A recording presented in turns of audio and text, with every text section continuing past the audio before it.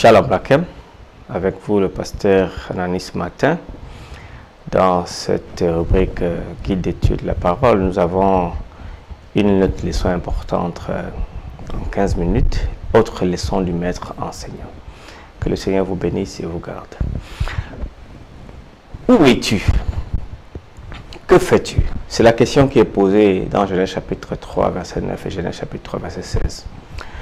N'est-ce pas? Ce sont les dernières questions que nous voulons entendre lorsque nous donnons nos vies au péché. Et pourtant, à un moment donné, Dieu nous a murmuré plusieurs fois.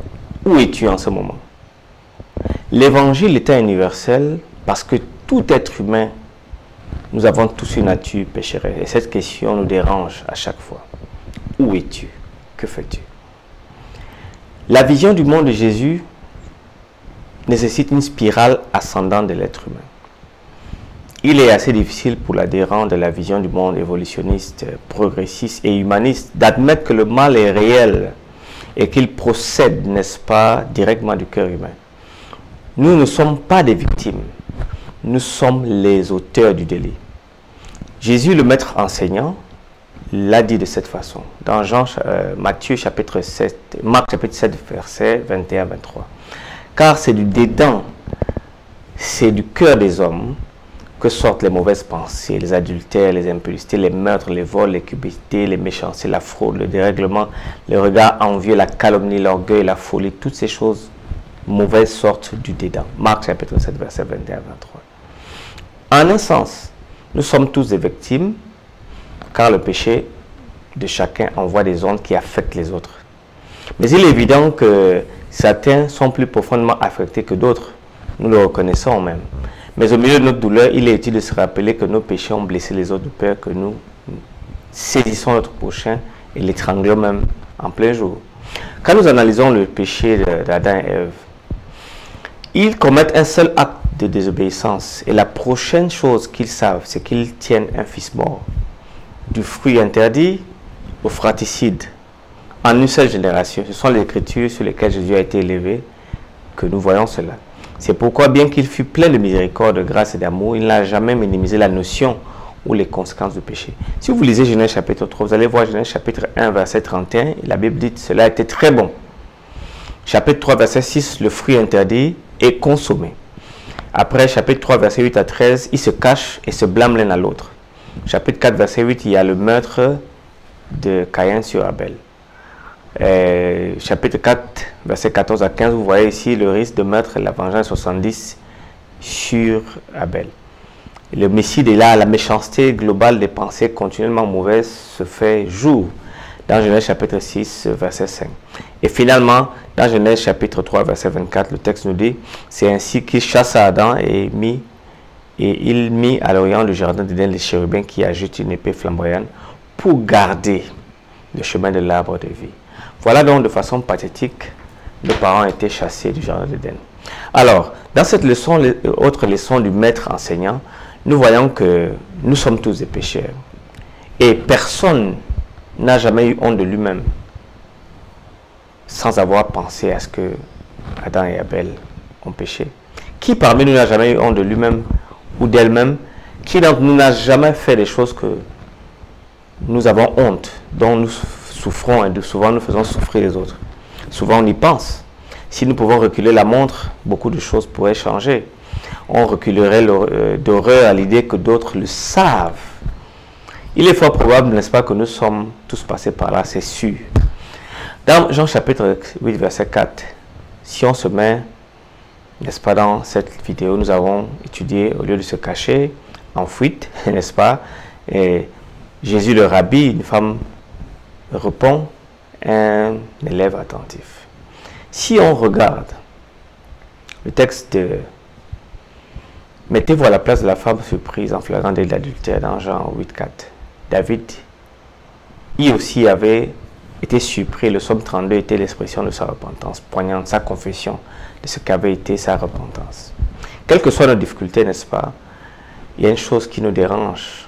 Dans cette vidéo, la véritable éducation chrétienne doit consister à nous indiquer la seule voie pour notre issue de notre échec lamentable. Au lieu de se cacher donc, Nous allons donc négocier, discuter de cette histoire. Les histoires de chute existent. Dieu a demandé à Adam, comme je dis, où es-tu? Où es-tu? Cette question est toujours valide. Adam n'a pas mangé une pomme, mais c'était le fruit en hébreu péri, le fruit de l'arbre, Genèse 3:3. Le type de fruit n'a pas d'importance en tant que tel. Il était interdit de manger de cet arbre parce que Dieu l'avait interdit. Il représentait la tentation de repousser Dieu et de déclarer: je peux être la maison de ma propre vie. Je veux être Dieu pour moi-même. J'ai autorité sur la parole de Dieu. Eh bien, nous pouvons voir que quand le serpent a fait manger à Adam le fruit de l'arbre, leur vie a changé de cours. Comme il est étrange que Dieu lui-même demande à Adam: où es-tu? Dieu savait nécessairement où ils étaient. Où es-tu? On pourrait dire que le plan du salut, n'est-ce pas? Le plan du salut, c'est de la recherche de la personne perdue. La personne dans la culpabilité, dans la honte de leur péché. Dieu est venu assister ces personnes. Jésus dit dans Marc chapitre 10, 52, Jésus lui dit: va, ta foi t'a sauvé. Aussitôt il recouvre la vue. Et Jésus et suivi Jésus dans le chemin. Dans Matthieu 9, verset 2, et voici on lui amenait un paralytique couché sur le lit. Jésus, voyant leur foi, dit au paralytique: prends courage, mon enfant, tes péchés te sont pardonnés. Ceci est très important. Au lieu de se cacher, il faut aller vers le Seigneur. Mais quant au fruit de l'arbre qui est au milieu du jardin, Dieu a dit: vous ne mangerez point, vous ne toucherez point de peur que vous ne mouriez. Mais l'Éternel Dieu appelle l'homme et lui dit: où es-tu? Dans Romains chapitre 5, verset 12, le plan du salut dont est démontré dans ce passage. L'attitude d'Adam et Ève qui se cachaient de Dieu, de la honte de leur culpabilité, Dieu est venu à leur secours, tout simplement. Et Paul explique cela: c'est pourquoi, comme par un seul homme, le péché est entré dans le monde, et par le péché la mort, et qu'ainsi la mort s'est étendue sur tous les hommes parce que tous ont péché. Ainsi donc, comme par une seule offense, la condamnation atteint tous les hommes, de même par un seul acte de justice, la justification qui donne la vie s'étend à tous les hommes. Car, comme par la désobéissance d'un seul homme, beaucoup ont été rendus pécheurs, de même par l'obéissance d'un seul homme, beaucoup seront rendus justes. Donc Dieu a impliqué dans l'éducation chrétienne le fait que notre état naturel est de nous cacher de Dieu. Dans ses rapports avec le reste de la famille, voyez-vous, nous avons fait beaucoup d'efforts. Et nous devons monter dans ces efforts. Dans ses rapports avec le reste de la famille, Jacob, avec l'aide de sa mère, était tombé dans la duplicité. Il a volé le droit d'aînesse et maintenant il en paie le prix. Son frère le menace violemment de le tuer. Et il devient par la suite un fugitif à cause d'une seule erreur. C'est des gens vers la maison de son oncle à Haran, instable, horrifié, effrayé. Il s'endort sur une pierre crépuscule, puis dans l'obscurité, au milieu de nulle part, vers le ciel, quelque chose arrive. Jacob, l'Éternel s'est tenu au-dessus de l'échelle et dit: je suis l'Éternel, le Dieu d'Abraham, ton père, le Dieu d'Isaac. La terre sur laquelle tu es couché, je te la donnerai à toi et ta postérité. Il n'avait pas besoin de voler la bénédiction. Dieu lui fait la promesse, malgré son péché. Ta postérité sera comme la poussière de la terre, et tu t'étendras à l'Occident et à l'Orient, au Septentrion, au Midi. Toutes les familles de la terre seront bénies en toi. Il reçoit la bénédiction d'Abraham également, et ainsi que sa postérité. Voici, je suis avec toi. Je te rendrai partout, je te garderai partout où tu irais, je te ramènerai dans le pays, car je te abandonnerai point. Que je n'ai exécuté ce que je te dis. Jacob s'éveilla sans sommeil, il dit: certainement l'Éternel est en celui, et moi je ne savais pas. Et il nomme cette place Bethel. Je suis l'Éternel Dieu d'Abraham. La voix pourtant poursuit en répétant des promesses que Jacob connaît bien de traditions familiales. Ta progéniture deviendra grande. Ils seront une bénédiction pour toutes les familles de la terre. Voici, je suis avec toi. Poursuis la voie. Je te garderai partout où tu iras, car je ne t'abandonnerai point, que je n'ai exécuté ce que je te dis. Mes amis, devant les yeux de l'échelle de la vision de Jacob, représentant Christ qui relève la terre au ciel, l'homme fini au Dieu infini, la foi de Jacob est fortifiée. Jacob se réveille et dit: certainement l'Éternel est en celui, et moi je ne le savais pas. Genèse 28, verset 16. Ce qui s'est passé ici est impressionnant. Il n'oubliera jamais le lieu auquel il donne le nom, un nom important. Bethel, maison de Dieu, puis il fait le serment de fidélité pour la vie. Vous savez, donc quand un pécheur est dans le péché le plus abject, quand Dieu lui apparaît, cela fait une différence énorme. Jésus, le rabbi, de tous les débuts des chapitres dans le Nouveau Testament, aucun n'est plus mémorable, célèbre que celui-ci. Au commencement était la parole était avec Dieu, la parole était Dieu. Jean 1, verset 1. Et Jean 1 vous amène bientôt vers le verset inoubliable. Et la parole a été faite chair. Elle a habité parmi nous, pleine de grâce, la vérité. Nous avons contemplé sa gloire comme une gloire venue du Fils unique venu du Père. Le même Dieu qui a parlé à Adam et Ève dans le jardin, au milieu du nulle part, se présente maintenant comme une personne. Dieu, dit le Nouveau Testament, a été personnifié en Jésus. Et n'est-ce pas, le chapitre poursuit en disant comment Jean-Baptiste était un prédicateur convaincant. Le lendemain, lorsqu'il vit Jésus apparaître, il sut qu'il était le Fils de Dieu. Ce jour-là, il a aussi un jour plus tard appelé Jésus l'agneau de Dieu. Ceci est très important. Jésus est appelé Rabbi. Rabbi est quelque chose qu'on translitère de l'hébreu, qu'on ne traduit pas réellement. Littéralement, cela signifie mon grand, mon honorable, monsieur, dans le Nouveau Testament, comme un terme d'adresse respectueux pour un scribe ou un homme reconnu comme tel, un enseignant exceptionnel. Jean 1,38 interprète comme didascal, maître, rabbin, mon professeur. Donc, ceci est très important. Jésus-Christ est rabbi, maître, enseignant. Un enseignant, mais il n'y en a jamais eu d'enseignant comme lui, comme tel. Parce que, encore une fois, il est Dieu. Qui était Jésus? Pourquoi était-il logiquement d'entendre, d'apprendre de lui les meilleurs moyens d'enseigner la vérité spirituelle? Rabbi. Jésus est un rabbin. En d'autres termes, il est venu à l'humanité sous la forme d'un enseignant, d'un maître enseignant. Et nous devons en tenir compte. En tenant compte de ça, on apprend beaucoup de lui. Ceci est très très intéressant. Une femme répond, Jésus est le maître enseignant. Et le vrai caractère de Dieu brille dans son enseignement. Ainsi, dans ce récit d'évangile, le temple est remarquable parce qu'il nous montre un chemin. Cette femme, n'est-ce pas, cananéenne, païenne, qui vient des contrées, ose crier à Jésus-Christ. Vous l'avez l'histoire dans Matthieu chapitre 15, Marc chapitre 7 également. Marchant près de Tyr et de Sidon, il rentre dans un lieu où les étrangers abondaient, où les tensions ethniques étaient vives. Les citadins d'expression grecque méprisaient les fermiers juifs de la campagne. Donc chacun haïssait l'autre.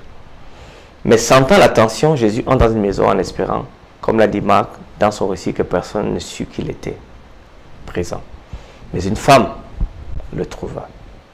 Dans la culture de cette époque, n'est-ce pas, une femme n'avait pas le droit de s'affirmer, de parler en public en présence des hommes. Elle appartenait en plus à une culture, n'est-ce pas, dévouée, culture et un groupe ethnique méprisé aux yeux des Juifs, ce qui compliquait encore la tâche de pouvoir atteindre le maître. Mais la fille de cette femme était malade, donc il n'y avait plus de contexte. Elle voulait de l'aide, elle persistait à trouver le maître. Jésus l'a envoyé, il n'est pas bon de prendre le pain des enfants, de la jeter aux petits chiens. Matthieu 15, verset 26. Cette remarque put l'offenser grandement. Mais, au verset 27, oui, Seigneur, dit cette femme, mais les petits chiens mangent les miettes qui tombent de la table de leur maître. Alors Jésus lui dit, femme, ta foi est grande, qu'il soit fait comme tu veux. Et alors même sa fille fut guérie. Ceci devrait nous apprendre et devrait nous dire sur combien le péché est mauvais au point que Jésus aille à la croix comme le seul moyen de résoudre nos problèmes. Le problème du péché est de nous donner de l'expérience, de l'espérance. Et cette femme donc, elle connaissait les chiens, contrairement aux Juifs qui ne les auraient pas connus des animaux de compagnie parce qu'ils n'en aimaient pas beaucoup. Oui Seigneur, mais les petits chiens mangent les miettes qui tombent de la table. Cette espérance ne peut venir que d'un maître qui parle au cœur des hommes. un élève attentif. Jésus et ses disciples étaient tournés vers Jérusalem, alors qu'Hérode s'était inquiété de Jean-Baptiste. Les autorités, y compris Hérode même, s'inquiétaient maintenant de Jésus. Ses disciples étaient, n'est-ce pas, composés de pauvres et d'autres personnes vulnérables qui espéraient désespérément un changement. Jésus voulait avant tout apporter de l'espoir au monde. Mais quel espoir était-ce? Un espoir politique? Beaucoup de personnes espèrent en Trump. Et les élections sont en train de se passer. Et je suis sûr que Trump perdra ces élections. Et je suis souvent étonné de voir même des chrétiens qui soutiennent un tel homme, qui est violent, qui insulte les gens, mais qui, parce qu'il soutient l'avortement et d'autres doctrines chrétiennes, que les gens le soutiennent. Non, non, non. Un chrétien soutient un homme parce qu'il a le caractère de Christ. Ça, c'est le principe de l'enseignement de Jésus. Sinon, vous pourriez soutenir Satan parce qu'il soutiendrait certaines doctrines chrétiennes. Trump n'est pas un homme à un caractère chrétien. C'est un président honteux qui fait des choses honteuses. Mais revenons à notre leçon. Mais il était sûr maintenant que ceux qui avaient le plus de pouvoir et de privilèges allaient faire ce qu'ils pouvaient pour annuler la mission. Mais il ne voulait pas qu'ils réussissent. Quant au cercle intérieur des élèves de Jésus, les 12 disciples, ils semblaient désirer d'être aux côtés de Jésus. Mais à quel prix? Sur quelle mission? Mais en même temps, ils étaient aveugles. Voilà pourquoi Jésus-Christ précise sa mission. Il commença à leur apprendre qu'il fallait que le Fils de l'homme souffre beaucoup, qu'il soit rejeté par les anciens, par les principaux sacrificateurs et par les scribes, qu'il soit mis à mort, qu'il ressuscite 3 jours après. Il leur disait ces choses ouvertement, et Pierre, l'ayant pris à part, s'est mis à le reprendre. Mais Jésus, se retournant et regardant ses disciples, réprimanda Pierre et lui dit: Arrière de moi, Satan, car tu ne conçois pas les choses de Dieu. Tu n'as que des pensées humaines. Parfois, nos pensées deviennent des barrières contre l'enseignement de Dieu. Alors, le rachat de leur âme est cher et n'aura jamais lieu, ce que Satan voulait. Ils ne peuvent se racheter l'un l'autre, ni donner à Dieu le prix de rachat. Le Somme 49, verset 7. Jésus-Christ est venu guérir le peuple de son péché. Bartimée avait voulu voir la boucle des cheveux d'un bébé et la couleur du blé à la moisson. Mais voir ne se limite pas à ce qui est physique. Cette histoire de Bartimée concerne la vision spirituelle. Il faut avoir une vision spirituelle des choses physiques. Il s'agit d'apprendre, de saisir ce qui est vrai. Dans les yeux du maître, la vie physique est importante, mais la vie spirituelle est encore meilleure. Ceci est très important. Que donnerait un homme en échange de son âme? C'est des questions importantes. Nous devons être attentifs. L'histoire de la guérison de Bartimée, un mendiant aveugle dans Marc chapitre 10, verset 46 à 52, est importante de leçon. Dans cette leçon, lorsque nous répondrons vraiment au Maître, nous désirerons vivement reproduire son image, son enseignement, et nous imprégner de son esprit de faire sa volonté, et faire ce qui est juste et droit. Que le Seigneur nous bénisse, et nous nous retrouvons la semaine prochaine, et nous allons avoir cette leçon, l'adoration dans l'éducation, une leçon aussi quasi importante. Que le Seigneur vous garde et vous bénisse.